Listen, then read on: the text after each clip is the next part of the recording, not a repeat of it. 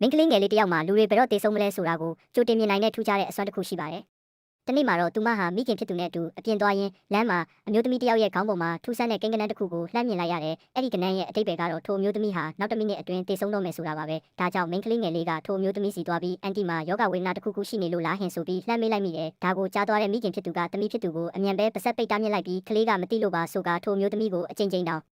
ပန်ပါတော့တဲ့သမီးဖြစ်သူကိုလည်းနောက်အဲ့ဒီလိုမစင်မချင်မမေးဖို့ဆုံးမနေတော့မှာပဲ။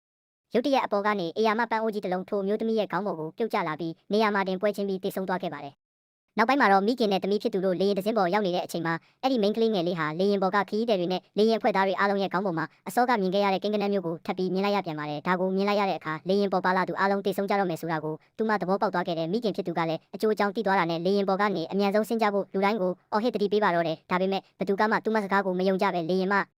ကူကတော့လာရောက်နှောက်ယှက်မှုဖြစ်စေတယ်ဆိုပြီးသူတို့သားမိကိုလေရင်ပေါ်ကနေနှင်ထုတ်ဖို့လုပ်ပါတော့တယ်။အဲ့ဒီအချိန်မှာပဲသူတို့အနီးနားမှာထိုင်နေတဲ့ကုမ္ပဏီဥက္ကဋ္ဌဆေးရုပ်တူကဒီအခြေအနေကိုသတိပြုမိသွားပြီးသူလည်းပဲလေရင်ပေါ်ကနေဆင်းကျင်တယ်လို့လေရင်မှုကိုပြောလိုက်ပါတယ်။ဒါကိုမြင်တဲ့အခါလေရင်ပေါ်ကလူတွေကထိုဥက္ကဋ္ဌကိုဝိုင်းပြီးလှောင်ပြောင်တရော်ကြတာပေါ့။ဒါပေမဲ့ဥက္ကဋ္ဌကတော့ဘသူ့ကိုမှဂရုမစိုက်ပဲအဲ့ဒီသားမိနှစ်ယောက်နဲ့အတူလေရင်ပေါ်ကနေဆင်းသွားခဲ့ပါတယ်။လောင်ပြောင်ကြံရစ်ခဲ့သူတွေတင်ဆောင်သွားတဲ့အဲ့ဒီလေရင်ဟာပြန်တက်ပြီးတိတ်မကြခင်မှာပဲစပိုင်းဆိုင်ရာချိုးယွင်းမှုတစ်ခုဖြစ်ပွားကပြတ်ကျသွားခဲ့ပြီးလေရင်ပေါ်ပါသူအားလုံးတေဆုံးသွားခဲ့ပါတယ်။ဒီသတင်းကိုကြားလိုက်ရတဲ့အခါမှာတော့လေရင်ပေါ်ကဆင်းလာခဲ့တဲ့ဥက္ကဋ္ဌကြီးခမညာတုံလုံးချောက်ချသွားပြီးဖြစ်ပျက်ခဲ့တဲ့မြကိုအချိန်တော်ကြာအောင်မယုံနိုင်ပဲဖြစ်နေခဲ့ပါတော့တယ်။